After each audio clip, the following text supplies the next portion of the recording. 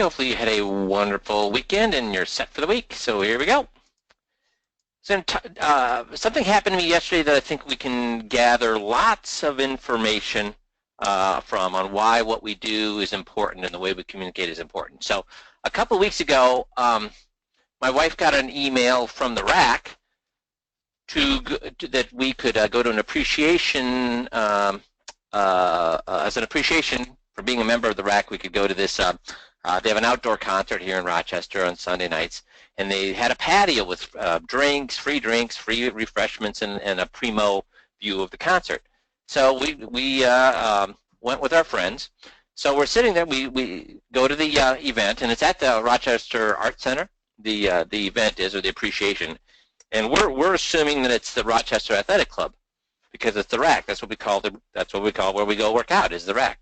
So our friends, one is he's a doctor of basically statistical science, so math and statistical science for the Mayo Clinic. His wife's a teacher. My wife's a doctor of psychology, and then I'm sitting there, and we're assuming that we're there for a appreciation for the Rochester Athletic Club, because we've been members of the Rochester Athletic Club, the RAC, for a long time. And we're sitting there on the deck, and we're looking around us, and we're saying, boy, I don't see any members here. I don't see any of the Rochester Athletic Club members, and they all look pretty artsy. They all look pretty a little bit out there and a little artsy, and the little not necessarily in the best of shape. And I wonder where man. I wonder why these people from. So, and then I comment, the people who are walking around are wearing the Rochester Arts Center T-shirts with a big RAC with a crow on it.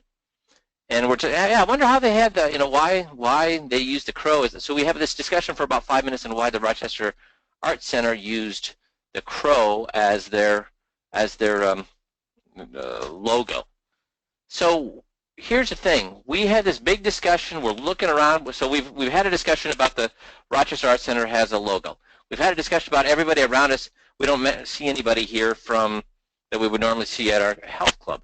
And then we look around and we say, boy, these people are a little bit odd. I wouldn't even think that they'd be members of the health club. And we're still under the assumption that we're there for the Rochester Athletic Club appreciation until the head of the Rochester Arts Center comes over to us and says, we want to thank you for coming and for being members. And we're saying, well, we're here for the actually here because it's for the Rochester Athletic Club appreciation. He goes, no, it's for the Rochester Arts Center appreciation. Are you members? Oh, and we are members because it's fairly inexpensive to be a member. So remember, but here's the thing. What lessons? So we're there. We have two doctors, a teacher and myself, and we're there. We've discussed the fact that the Rochester Art Center has this weird logo, and their actual T-shirt does say RA.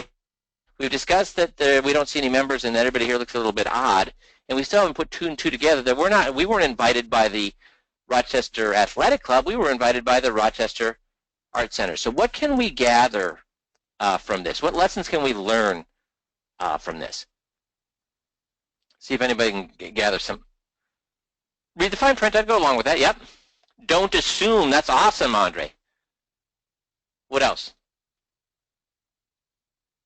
And when you say don't assume, Andre, let's expand on that a little bit. So if they asked us, are you here for the RAC? When we walked in, they said, are you here for the RAC appreciation? We said, yes. So we answered yes. What was a yes worth? Nothing. You make your message clear, Jeannie, exactly. So there's so many things happening here. First of all, when we were under the assumption that we were there for the Rochester Arts Center, or our athletic club. They thought we were there for the Rochester Arts Center, and we thought we were all on board. We were on board with them, they were on board with us, and neither of us had any clue what was going on in actuality. So that's the importance of asking open-ended questions. That's the importance of making sure that when somebody's on board with you, they're on board for what you think they're on board for. That's the importance of perception and what they thought they were communicating and what we actually heard. Now, here's the funny thing. If we went back and looked at those emails, would we have seen that, that if we read it carefully, that it was the Rochester Arts Center? And they probably just assumed, duh. See, the Rochester Arts Center RAC, they believe they own RAC, right? Even though if you ask people in town what the RAC is, most of them would say the Rochester Athletic Club. But see, they're living. Why did the RAC use RAC? Why did they use RAC in their email? They assume what? See, their world revolves around what? The Rochester Art Center. Everybody else's world revolves around the Rochester Athletic Club. So you have to make sure that when you're talking, you understand, do these people that you're talking to live in your world? Do they live in your world of talking about investments every day and talking about annuities and the stock market and how to make transfers and all those things? Do they even come close to living in your world? They don't. So you need to make sure you get into their world. That's why when we tell stories about travel, cars, medicine. I mean, we eating out. We talk about, when we use stories, we talk about stories on things that we know everybody else has experienced. Does that make sense? So don't ever assume that that's the danger of taking yeses. That's the danger of living your own world instead of their world. That's the danger of not making sure that you're both on the same page. So here's the chart of the day. For some long-term stock market perspective, today's chart illustrates the illustration or inflation-adjusted Dow since 1900. There are several points of interest. Take, for example, an unlucky buy and hold investor that invested in the Dow right at the dot-com peak in December 1999. A decade and a half later, the inflation-adjusted Dow is up a mere 12%. That's not a year. That's total 12%. So how many years is that now, guys? How many years is that? Try again, Craig. 16. Yeah, 16, 17. So it's up 17. So that means what? Less than what a year? Less than what a year? Less than 1% a year. Has that kept up with inflation, guys? Does that even come close to keeping up with inflation? Now, on the other hand, when you talk to investors, they're high in the market right now, right? Because on the other hand, take the investors who bought it right at the end of the financial crisis, the inflation-adjusted Dow is up a significant 129% from its financial crisis lows. Not bad for a 7-year investment. More recently, the inflation-adjusted Dow has rallied and is now up only 1.2% away from the new all-time high. But here's the thing, guys. It's amazing when you talk to people, how many people say that, yeah, I pulled money out at the, I pulled my money out and then I put it all back in right there in 2008. How many people say that? Well, unfortunately, Jay, a lot of people say that. But did they? How many people were willing to put in their money in 2008 and 2007, 2008, 2009? How many people, first of all, how many people had money to put in at 2008, 2009? Because if they were sitting on the sidelines in 2008, 2009, that means they were conservative in the first place. So how many of those conservative people then all of a sudden said, oh, you know what, I've been conservative my whole life. I've missed the rally during the 80s and 90s, or from 2000 to 2008. I've missed that rally, but now that we've had this huge crash, I'm now going to put my money in. Nobody. So the people who did ride it, they rode it all the way down, so they had no money to put in. The people who were conservative, they weren't going to put money in after the market had gone down 50%. So the fact is, guys, the problem with timing the market is what? What's the problem with timing the market? Emotion, Craig. Guess what? When things are going well, you're not going to pull your money out. And when things are going poorly, first of all, if you wrote it up and wrote it down, there's nothing you can do. There's no money left to be had. So, and did we know the market was going to, I mean, there were ups even during 2007, 2008, the market kept recovering, and then it went down even first. Then recovering, then went down even first. When do we know when the market's actually going to recover? Well, let's take a step back. When do we know the market's actually going to go down? After the fact. The fact is that we never know until we look back 5 years later whether it was truly a market downturn or whether it was truly a market upturn. So that's why we have our 50-50 portfolios. And the big lesson in here is anybody that says you should invest in stocks to keep ahead of inflation is what? Woefully uninformed. Because remember, we've talked about this before. When you add this last 16 years and whether you kept up with inflation, and then you go back to 1950 and from 1950 to 1982, when you add those two time periods together, because that didn't keep you ahead of inflation either, at all, not even close. So this didn't keep you close, and 50 to 82 didn't keep you close. So over the last, 60-some years, how often did the stock market keep you ahead of inflation over the last 60 years? Greater than 50% or less than 50%? So if something keeps you ahead of inflation less than 50% of the time, should you be telling people that we need to be invested in the stock market to keep ahead of inflation? That's 100% what? And again, you guys know that now. If I went and quizzed an average stockbroker out there, how many of them would know that piece of information? None. I would agree with you, Mark. None. Right, Terry? None. Broker change. Oh, guys, if you run into, let's say you run into a client or a prospect, and some bozo in town has just put them all into FIAs without doing anything for them, just put them in a bunch of FIAs to make commission without trying to help them at all. What should you do with those folks? What should you do with those folks? They want to work with you. They really want to work with you, but all the money's already locked up with FIAs. What should you do with them? Yeah, you change the agent of record. You change the record. Why would you want to switch them to you? We can't do a BD change, Mike, because these are fixed index annuities. So you're going to have to go to, but you would just call ECA and they'll help you get it changed so that now you're the broker of record on that FIA. Why? That's okay, Mike. So why? Why would you want to become their agent? Yeah, eventually it's going to come out of surrender, Jeff. Also referrals, and you want a reason to talk to them every single year, because when it comes out of surrender, you want to be able to roll them into a better product. If they have a referral, you want them to refer to you. If they inherit money, you want that money to come to you. There's lots of reasons to do that. So don't walk by those opportunities. Remember last week we were talking about how to ask questions?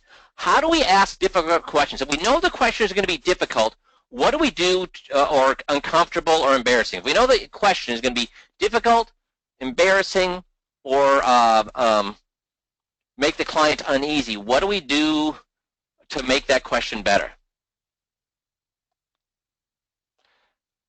Ask permission, Jerry. You're right. Ask permission first.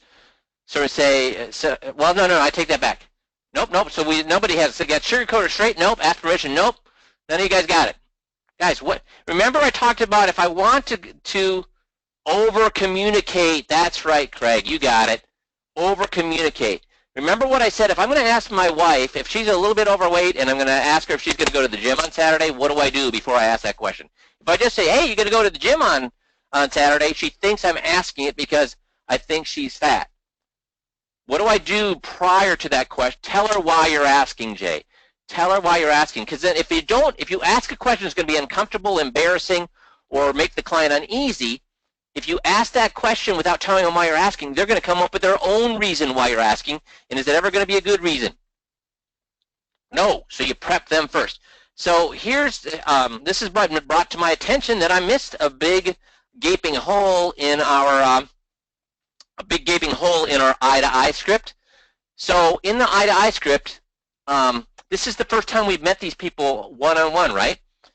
And then when we launch into the I-to-I script, which is the setting the tone is the first 20 or so seconds, we ask them to what? Can we record you? Is that going to be, we've just met these people and within 20 seconds we're asking if we can record. So what kind of things could be going through their minds? Now, most people are still okay with it, but we don't want them to be okay with it. We want them to be on board with it. So what's going through their mind when in the first 20 seconds you're asking if you can record? Yeah, why do you want to record me? That's right, Jeff. They're wondering, what's good? And they may say yes, but in their mind, what's constantly going through? I wonder why did it. So instead, and can we admit, in the first 20 seconds, asking if you can record, is that a little bit difficult, a little bit making them a little bit uneasy, or a little bit, So if it's going to be a little bit, make them a little bit uneasy, or even make us a little bit uneasy, what should we do prior? We should tell them why we're going to record. Prior to saying, you don't say, hey, I'd like to record you because blah, blah, blah, blah. No, you say, hey, blah, blah, blah, blah, blah, blah. That's why I want to record. So what's the difference?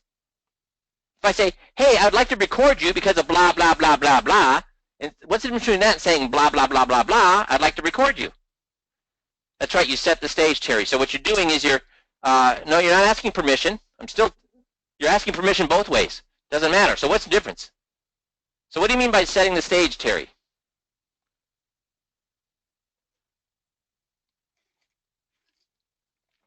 Guys, remember we talked about this with script over script after script. If you say it before they bring it up, guess what? Sounds reasonable. If you say it after, it sounds what? Defensive. Okay? So what are the reasons we may want to recover? Or record. Sorry, not recover, record.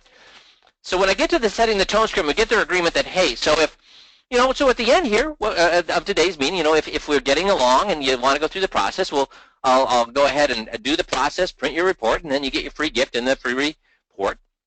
If you don't want to move forward, you're still going to get the 8 free gifts. You just won't, but I won't print you the report. Does that sound like a fair way to go forward? And they say yes. And they say, the other thing I'd like to bring up now is, hey, you know what? When I'm listening to somebody and I'm getting involved in what they're saying, my handwriting tends to just drift right off, and I look back at it a day later or even an hour later, and I can't even recognize what I've written. And I don't know if you've ever been this. Have you ever been like a party? I've been at a party with my wife, and we're both listening to this Bob talk. And then on the ride home, I said, "Can you believe Bob said that?" And my wife says, "Bob didn't say that." I said, "He did too say that. We're standing right there. He said it right when you were there." And she goes, "Yeah, I was standing right there, and he did not say that." Has that ever happened to you where both of you are sitting in the same place and you hear something different? Yeah, I mean, that's happened to me too. I want to make sure I'm accurate. And I want to make sure I'm focusing on everything you're saying rather than trying to write down things and look at you and hear and blah, blah, blah. So the reason I bring up all these things is, if any of these things ever happen to you where you're trying to do 2 things at one time, you're writing a note and you can't read it, or you've heard something different than somebody else, or you haven't been able to focus on what somebody's saying because you're trying to do something else. And the reason I bring that up is if with your permission, I'd like to record the meeting to make sure none of these things happen. And then if you'd like, I can actually get you the recording as well. So because this happens to me, it happens to everybody. So if you ever wanted the recording, the meetings, we can get those to you too, so that you can make sure that everything that you heard was the same. So would it be okay if I just record these meetings for these reasons? So that's why we are. Now are they wondering why I'm asking them to record the meeting?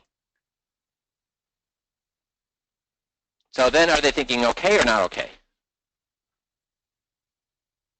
Yeah. And if they're not okay, still, even if they're not okay with your recording, do they think you're doing it for some nefarious reason now? See, if you just say, I'd like to record this, they think, oh, why is he recording? Is he going to try to back me in the corner? Is he going to try to use it? What's he going to do? Is he going to share this with there's all sorts of reasons, and none of them good when you tell them you're going to record it. Instead, tell them why you want to record, and then even if they say no, which they're probably not going to say no, and rarely do they, but if they do say no, at least even then they're not worried about you while you're doing that. Okay? Oh, and then a copy for the records too.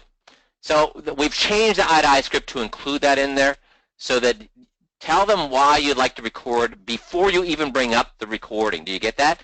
Before you mention the word recording, before you mention the word taping, before you mention anything about that, tell them why you're going to do it, then bring it up. It's important that you do it in that order. Make sense? Okay. Also, guys, please be using the Epidemic Marketing. You got August here to be putting these things in place, and I've talked to too many people who are not using it. So we have Epidemic Marketing, which 3 pieces go to prospects and clients: an email, a snail mail newsletter, and then the snail mail newsletter. There's actually 2 other pieces in there as well that you can really change people's attitudes about who you are and what you're trying to accomplish. We've got the CPA attorney drip, public relationship, which is the letter to the editor. We've got guys that are having great success with that. And then if you're after small business people who are selling their companies, we have the Small Business Pot of Gold. So please be using that. If you haven't looked at that for a while, you got time on your hands. This is a great thing to get in place. It's going to take a few hours to get it in place up front, but then once you got it in place, it's easy to do it every single month. So how do we get noticed? And how do we get noticed for as low a cost as possible? Well, first thing, so that we're going to talk about, again, these are all things that are low cost to do, but what should you be doing right now? I'm going to show you these low cost things on what you can do now to get noticed and hopefully get in front of more people, but what should you be concentrating on right now?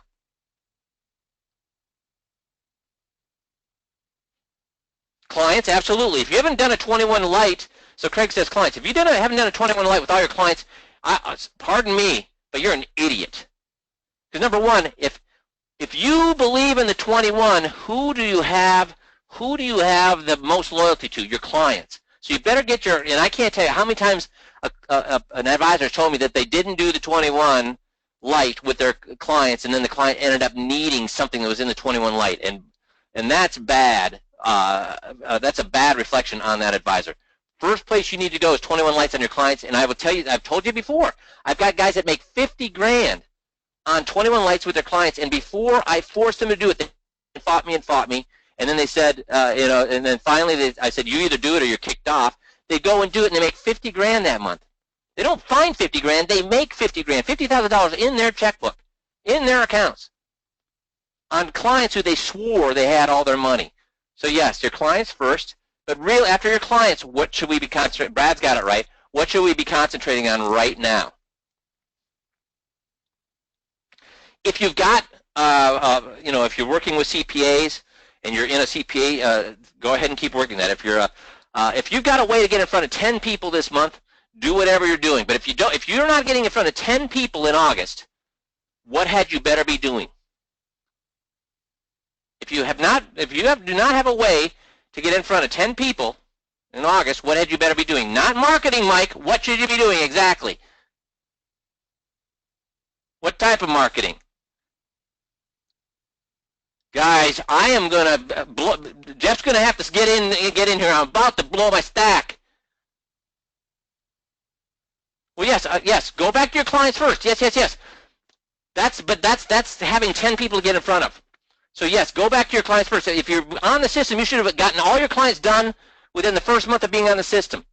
But if you do not have a way to get in front of 10 people this month, what do you need to be doing? So I've got 1, 2, 3, 4, 5, 6. Not referrals, Terry. That's bullshit. If you had referrals, you wouldn't be on the system right now.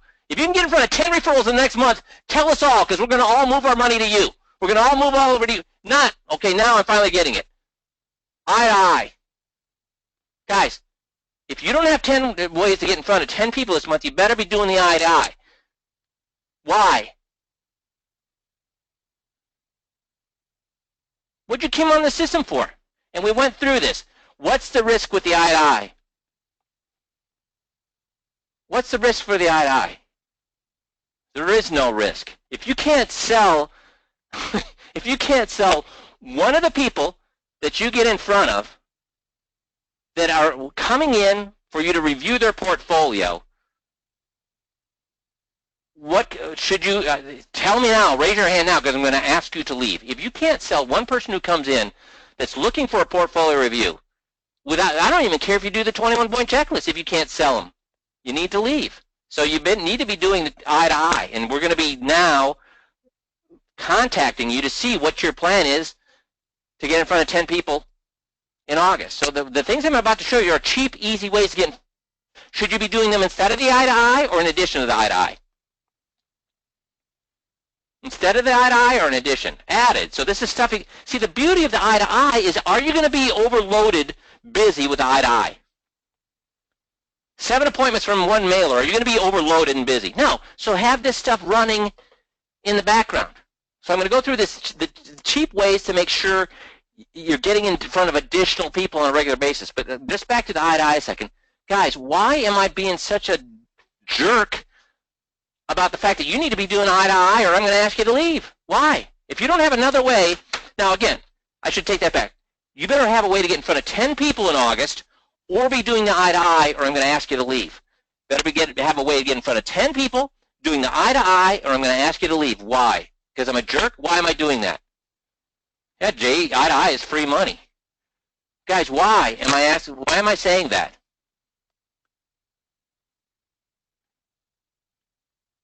If you don't have a way to get in front of 10 people this month, what's the point of the 5Q system? What's the point of the 21? Yeah, we're wasting my time and you're wasting your time. Does that make sense? So Jeff, And jump in there before yeah. since I'm going on a tirade here. Well, here's the thing. A lot of people always say, well, I could do this, I could do that, I could do the other thing. And yeah, you could do all these things, including the things Mike's going to show you. But those things aren't guaranteed. So yes, those things can result in you getting in front of people, but what we want is something that not can get you in front of people, but is guaranteed to get you in front of people. And that's the only thing that we know of that is guaranteed to get you in front of people is eye to eye. So yeah, go back to your, I would agree going back to your clients because that's guaranteed. That's picking up the phone and saying, hey, I need to get together with you. And your clients will say, oh, okay, sure. And That's that's free. guaranteed. So And that's please free. do that first. So do that first. But then do what's guaranteed to get you in front of people and have these other things that aren't guaranteed running in the background. What do you mean 98% of your business is virtual, Carlos? And get your ass in front of real people then. Do you live on the moon? Do you know you have no people that live around you?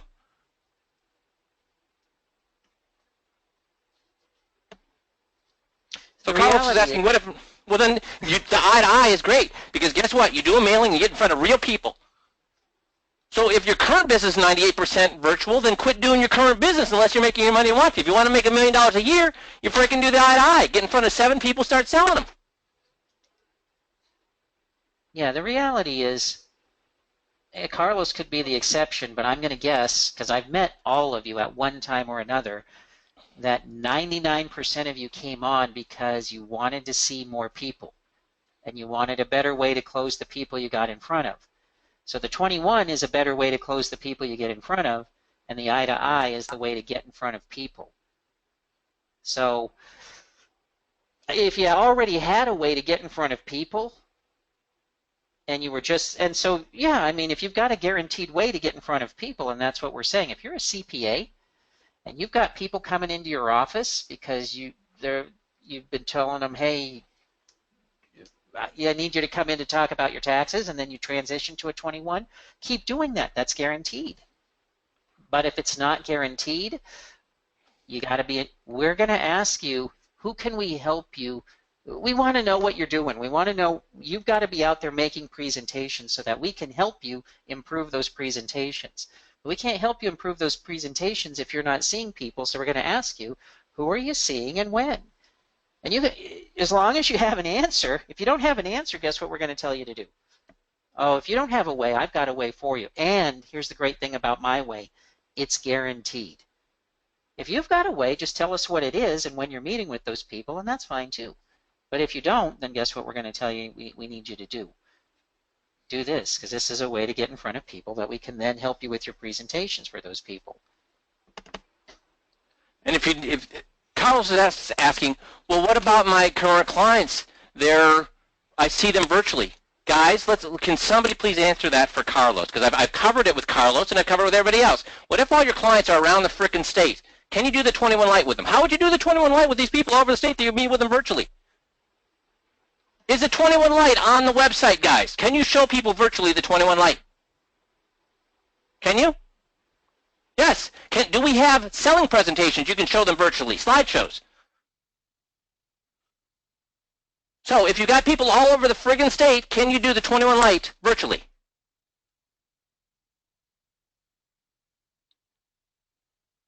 Yes, Carlos. So you're saying, yes, I'm doing that. Then why are you, I'm confused. Why are you asking that question then? So we'll move on. So I just want to make sure before I go into these things that you can do for free, that you don't use this as an excuse to do the eye to eye. Because if you want me to continue to give you other ways to get in front of people free, you better not be shirking getting in front of, as Jess said, guaranteed people. Carlos, I'm just looking for more ideas to get in front of people. Jeff, please stop. Please jump in here before I have a frickin' aneurysm. We have ideas for you to get in front of people, and the first one is eye to eye. But if you're looking for others, give me a call and we can talk about it. The point is, what Mike's about to show you, what I call those things that Mike's about to show you, I call them oil wells. meaning if you want oil, then you're going to have to dig some wells. But is every well going to strike it rich? No.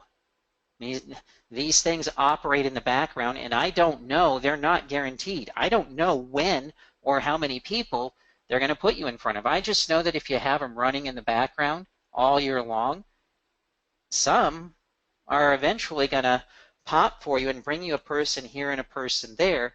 And if you have 6 or 7 of these things running at once, and there's no reason not to, you can expect maybe 1 or 2 people a month from those, but it's not guaranteed. So we want you doing these things, but we also want you doing the thing that's going to get you in front of people. No ifs, ands, or buts.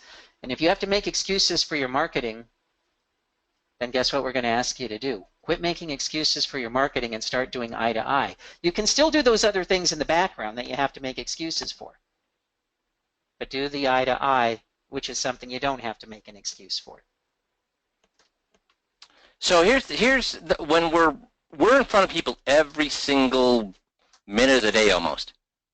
So we are in front of opportunity after opportunity after opportunity to get more people into our pipeline that we walk by. And it's because we're not utilizing those opportunities. So you need at first a simple message that's clear and concise. A great example of that is the quicker, picker, upper.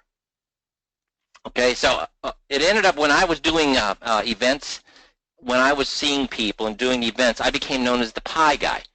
It was a very simple moniker, but everybody knew me as the pie guy. Why would they know me as the pie guy? Because the name of my was get their hands off your piece of pie.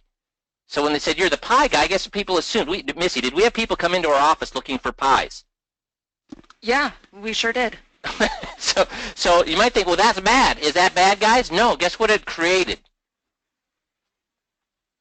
What did it create when I had a message or became identified as a person?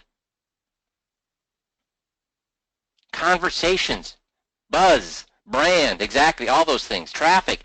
So, I mean, there's a guy that's known in the marketing world. He has always wears one of those sticky, hi, my name is blah, blah, blah.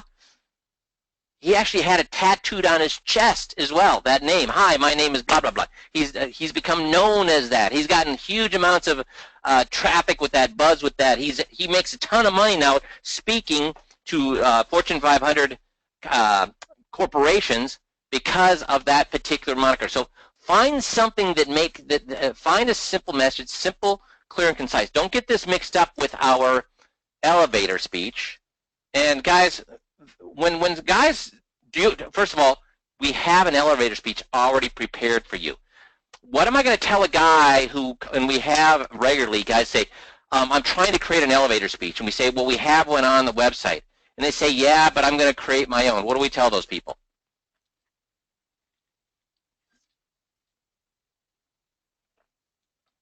What do we tell those people? Yeah, basically, why? So what do they want to do? What's that an indication of? Somebody who we give them the elevator speech and then they want something different. What's that tell you about how well they're doing on the system, do you think? Yeah, I'd agree with that, Steve. They're procrastinating. Just follow the what? The system. It's worked for hundreds of guys before you. Okay? So here's a big thing that you can do.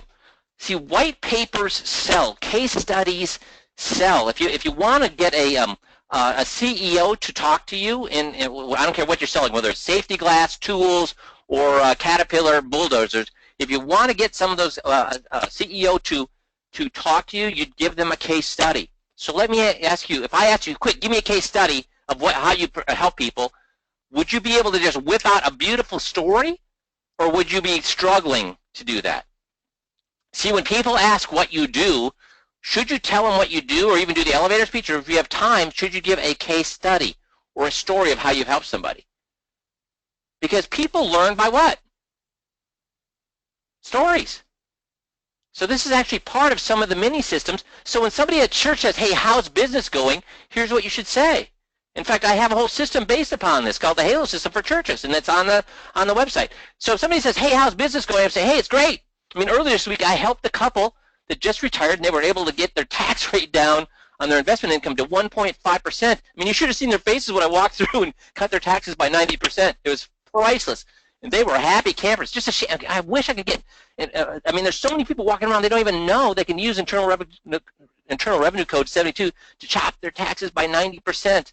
I mean, but the great thing is every time I do it for someone, they give me a referral. So I mean, I love it. So I mean, you caught me at the right time because I just helped these people chop their tax, the retirement tax rate by almost 90%. And they actually referred me to their brother is retiring too. So I'm actually seeing him next week. So when they say, "How's business going?" do you say, "Hey, great"? How stupid is that? Guys, they've just said, "Tell me a story. How's business going?" Tell me a story. So do you all have a story like this? If not, what should be the first thing you do? Because guess what? When I'm telling this story, guess what they're thinking? What are they thinking when I'm telling this story? What are they thinking when I'm telling this story?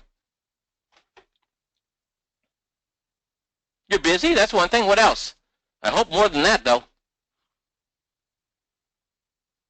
How did he do that, Craig? How did he do that? I want that too, Jay. So what are they going to say? What do you mean? How can you reduce their tax rate by 90%? Now, did I mention them? Did I try to put a sell? Did I try to sell them? Hey, we should get together. Hey, I'm a really good retirement plan. I could help. Is this at all about them, or is it just simply giving them an example of how I've helped people just like them? Yeah, they're going to be reaching out to me. So do you have a story like this? So when people ask you, "How's business?" don't say great. Give them an example of how you just helped somebody, which is basically telling them that what? Business is great. Have an example of how you've helped somebody. So how many of you have this story off the cuff that if I called you and say, "Give me that story, how's business," that you could give that to me? If you don't, get a story. If you need it, use this story from the Halo system or use this as a template. So do you notice, though, did I talk about them?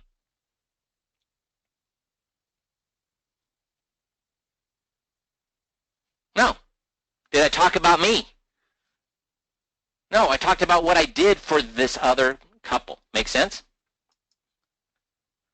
Next thing is if you ever are talking to somebody, I need to know who the audience is.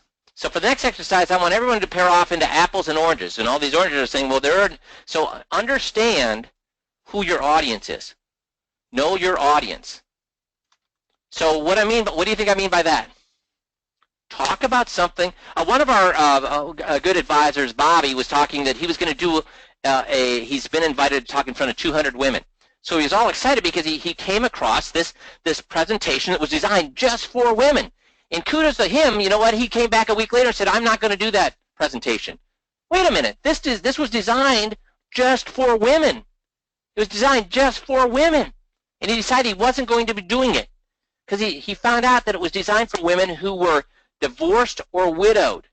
And when he went to look at this women's group, he found that most of them were married. So he said, just because this is just for women, and when he went down peeled one more layer off, he said, "Oh wait, this would not apply. Even though all my audience is going to be women, it would not apply because they're a different type of woman." So kudos to him. Make sure you know who you're talking to. So with this up right here, if I'm talking about talking to somebody who's 40, am I going to be talking about reducing somebody's taxes who's retired, or I'd be talking about what? I probably have a little story about IULs if they're a successful 40-year-old, right? So make sure you know who you're talking to and that your message is designed specifically for them, okay?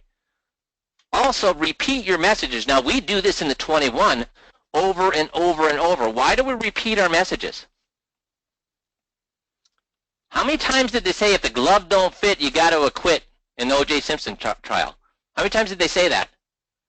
To the point where what, 30 or 40 years later, how many of us know that saying? So why do I have somebody, when I'm doing a presentation on an FIA, why do I have them tell me 15 times that it's more liquid than anything else that they could possibly get? Why do I have them tell me that 15 times?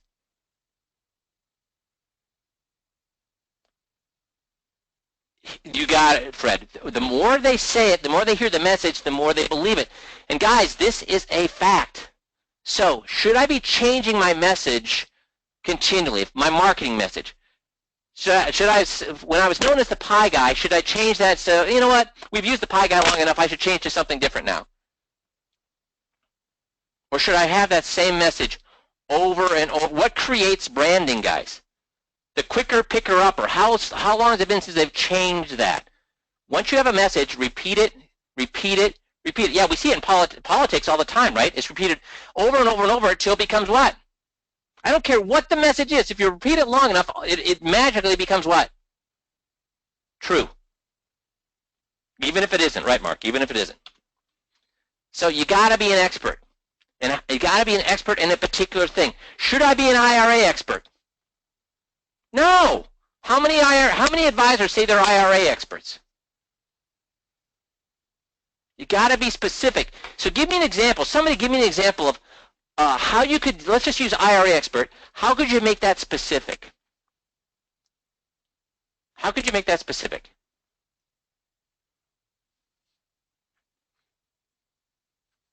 RMD, yeah, you could say I am an RMD expert. That's getting better. How else? Family legacy planning, that's also getting there. I want more specificity than that. No, everybody says they're an IRA protection specialist. Oh, there you go. Bob's got it. I am an IRA expert for engineers in Sarasota, Florida. How specific is that? Dale's got it. I am an IRA for teachers here in Olmsted County. Guys, Roth IRA expert for retirees. How many people say that? That's not, guys, to be specific, you need to what? Name who you're talking to. Give a geographic location. That's specific. I'm able to help IBM engineers in Olmsted County reduce their taxes by 90% on their investment income. That's specific. You know what? Here's what they found. Trying to be everything to everybody works or doesn't work? Fails. But intuitively we think if we narrow our marketplace too narrow, we're not going to get enough people. But here's the funny thing. The deeper you go, or the more specific you get, the deeper you go into that niche. Guess if you're known as the IBM engineer retirement plan specialist, guess how many IBM engineers all of a sudden start to come to you? Yeah, you're considered more of an expert, Paul. Exactly. And the other thing, are you making your life more difficult or less difficult when everybody that comes to you looks almost identical? Yeah, it's much less difficult. It's a lot simpler to have everybody have the same exact problems. So with the eye-to-eye, we're being a generalist for retirees. But running in the background, you want to become known. If you want people to just magically show up in your office, if you want the phone to magically ring, if you want referrals to magically occur, guess what you need to be? A generalist or an expert. And the more specific the expertise, the better. Make sense? We love to sing your praises. How do you get other people to sing your praises? How do you get other people to sing your praises? Well, we've talked about this. We actually have a coaching call on this, on which you basically, because here's the thing about referrals. The reason referrals don't work is what? When people recommend you to somebody, hey, you got to work with my guy. He's a fantastic retirement specialist. He's done a lot of stuff for us. He's helped us get all our eyes. That's right, Craig. They're afraid of rejection. Because when they say that, you got to see my guy. He did this, that, and the other thing. I don't care how much they love you. What's their neighbor going to say? Yeah, no, I got a guy. Thanks, though. How many more times is your client going to refer that person once they do that? Once they're rejected? Zero. They don't like rejections. They're going to stop. So we've done a coaching call on this, and I don't remember what the date is, but you can go back if you want us to, well, just go back, and it's actually about how to do a annual review. In the annual review, you should give them a list of what? Did you know that if I ask somebody, hey, name as many types of food as you can that are in a refrigerator in 1 minute, and then I say name as many foods as you can that are white that are in a refrigerator in a minute, which one do you think would name more? Which one would name more? If I said name any kind of food you want versus the white. Yeah, because the white actually, it's weird, but the white, when you say all the things that can be white, it gives them a frame of reference. So the annual review, you should have a frame of reference of the type of people you can help. Do you know anybody who's moving? Do you know anybody new is in town? Do you know anybody who's retiring? Do you know anybody who's recently had a spouse that passed away? Do you know anybody? When you do that, guess how it starts to go? Oh yeah, I know one of those. If you say, hey, do you know anybody that could benefit from my services? What are they going to say? Nobody really comes to mind. But when you start asking these particular questions, then they say, yeah, I do know that person. And then what can you do? Once they identified, yeah, I did have somebody whose spouse passed away, what can you do at that point? What can you do at that point? Do you have any tools that you could bring up at that point?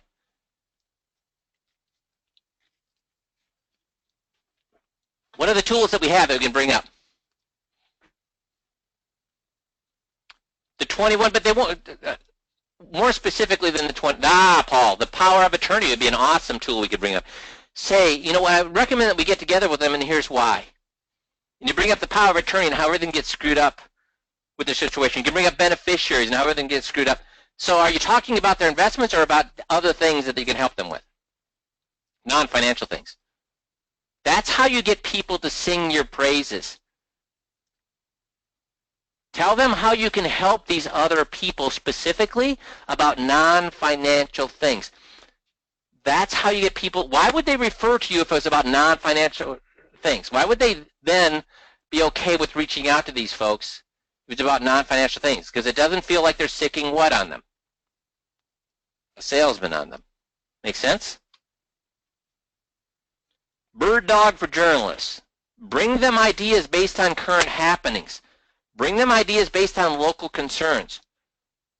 See, journalists they have to come up with new stories every single day. That's tough. Besides everything else they do, they have to come up with stories every single day. So if something's happening in the news, and you can tie that to a local with a local twist, they're going to love you. So what's an example of that? Well, maybe it's about made in America. That's been in the news a lot lately, right? It's something made in America. If you could bring them a story about how being made in America, actually a company in your town who makes things in America, who are actually a good investment for people, that's bringing them an idea that they can actually use and would be excited about. See, they're looking for ideas all the time. So if you can help them do that, guess what you've now become to them? You say, hey, I'd like to talk to you about investments. Hey, I like that. They're not looking for that. They're looking for making their jobs easier. You're not even well, yeah, you are a resource. What kind of a resource? Yes, Fred, you're making them look better. You're making their job easier. See, they have how many financial advisors in their town would like to be a resource for them for financial matters? How many advisors would like to be a resource for them for financial matters? All of them would. So they're not looking for a financial advisor to be a resource. What they're looking for is a financial advisor that makes their job what? Easier. And the best way you can make their job easier is bring them ideas that they can use to pitch to their boss to make them look better. So if anytime you hear something in the news, think, hey, I wonder if there's a local twist to that. Or if there's something in the news, say, hey, you know what? Here's how they could. This is a story that they could share with their viewership that would be considered helpful from their viewership. You know, because maybe again, made in America. Maybe you are able to show them, hey, if you look at companies that make things in America, that's been the best investment over the last 5 years. That would be something that'd be interesting to them. They won't put every single one on the air. It depends what else is happening that particular day or that particular week. But the fact that you're bringing them ideas and making their job easier and making them look good in front of their boss, then guess who they're going to reach out to anytime they do. First of all, if you bring them that idea, they're going to use you. But the other thing is, anytime they are looking for a financial expert, you're going to be the first person they think of. Well, and then Steve brings up, yeah, and that's not a bad way to get the owner of that company to think favorably of you. That's a good thing too, right, guys? The better you can make other people look, the more business is going to come your way. Instead of trying to look good yourself, guess what you should be out trying to do? Make that other person look good. If you want to have all the wealthy people in your town, all the small business owners in your town referring to you, what's the best way to get all the small business people and all the wealthy people in town referring to you? I tell you the exact way to do it. Anybody know it? You become the connector. Connect people. That's right. Help them find more business for themselves. You connect them. So you have breakfast with business owner A and business owner B, and you come up with an idea of how they can work together to make both their businesses more profitable. When you connect an attorney to another business in town and help them on how you can that attorney can help them. When you start connecting people in town, you become the hub of everything that's happening in that town. To take creativity, yes, but that creativity is, you know what? How much money does it cost to do that? Pretty soon, you're not going to be paying for any breakfast. Guess what? People are going to be wanting to pay for your breakfast because they're going to want you to know everybody in town, and not only do you know everybody in town, but you're connecting people to make people more profitable around town. So if somebody wants to get to know somebody, guess who they're going to call, that person or you? So if you want to become the mover and shaker in your town, that's the way to do it. Expand your network. So how do you expand your network, guys? You should belong to what? Again, if you're doing the eye to eye, do you need to do any of this stuff? No. And if you're doing the eye to eye, should you do all of this stuff? No, you should do what? Some of it. One of the ways you can get in front of more people is expand your network. So you belong to your church, belong to a charitable organization or two, belong to a service group or two. Okay? One of the things I would warn you about this, though, is I do have some guys that are so involved, guess what happens to their business? They're so involved in doing this stuff, guess what happens to their business? It's overwhelmed. Yeah, they have no time to work. So make sure that does not happen. So these are things that should be running in the background. They should not be things that are interfering with your ability to conduct business. Now, here's our ways to expand your network, and we kind of just talked about this. Breakfast or lunch a couple of times a week with centers of influence, and then connect centers of influence until you become the center of influence. Belong to everything you have time for. Volunteer. Connect people. We just talked about that. Speak at every free event you can speak at. And then if you want to know when you're at a networking event, when you're at a Chamber of Commerce meeting, when you're at a Rotary meeting, how to network, we did an actual call on how to make every network event that you're at, where there's a bunch of people there who are networking, how to make that bear fruit. So that call is 32513. If you go to the archive, it's 32513. We have a coaching call on exactly that, on how, if you're at a networking event, to make sure that it pays off for you. How to quickly, and anytime you follow up on or you find somebody, you need to follow up how quickly? Really quickly. And I think before I jump into this, we're going to save this next part for next week's call. So again, guys, the main thing I want you to have here is a story. So when you have a conversation, I don't care, all of these things, the networking, all of the things we talked about today, the primary tool you need to have is what? An exciting story on how you've helped somebody recently.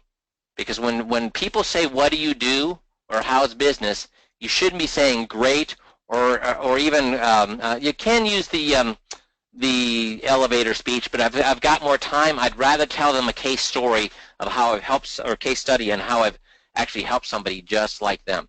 If you don't have that story, please use the story that's in the Halo system or create your own story about how you've helped somebody. Make sense? Does it have to be a money story? No, actually a non-financial story is even better than a money story. Absolutely, Mark. Yep. So, and then we'll talk about the next topic, actually, that I was going to talk about here next week. So, the biggest thing you should be, guys, if you do not have a way to get in front of 10 people in the next month, either do an eye-to-eye or call Jeff. Don't call me, because you know what I'm going to tell you. So if you're in a CPA firm and you got 10 people you can go back to, fantastic. If you have your own clients and there's 10 people to go back to your own clients, then fantastic. If you have a property casualty and you're going to go back to 10 of those with the 21 lights, fantastic. But if you don't have a way to get in front of 10 people, quit wasting your time, quit putting your family in the poorhouse, quit wasting my time, and start doing the eye-to-eye. Make sense? Because if you don't have 10 people to see in the next month, do you have a business that's growing or a business that's failing? Growing or failing? Nobody's answering. Yeah, it's failing. Good. Makes sense? So everybody have a great week, and we'll talk to you all on Friday. I think we're going to be doing Benny's on Friday, giving that the old under the microscope treatment. Thanks, guys. Have a great rest of the week.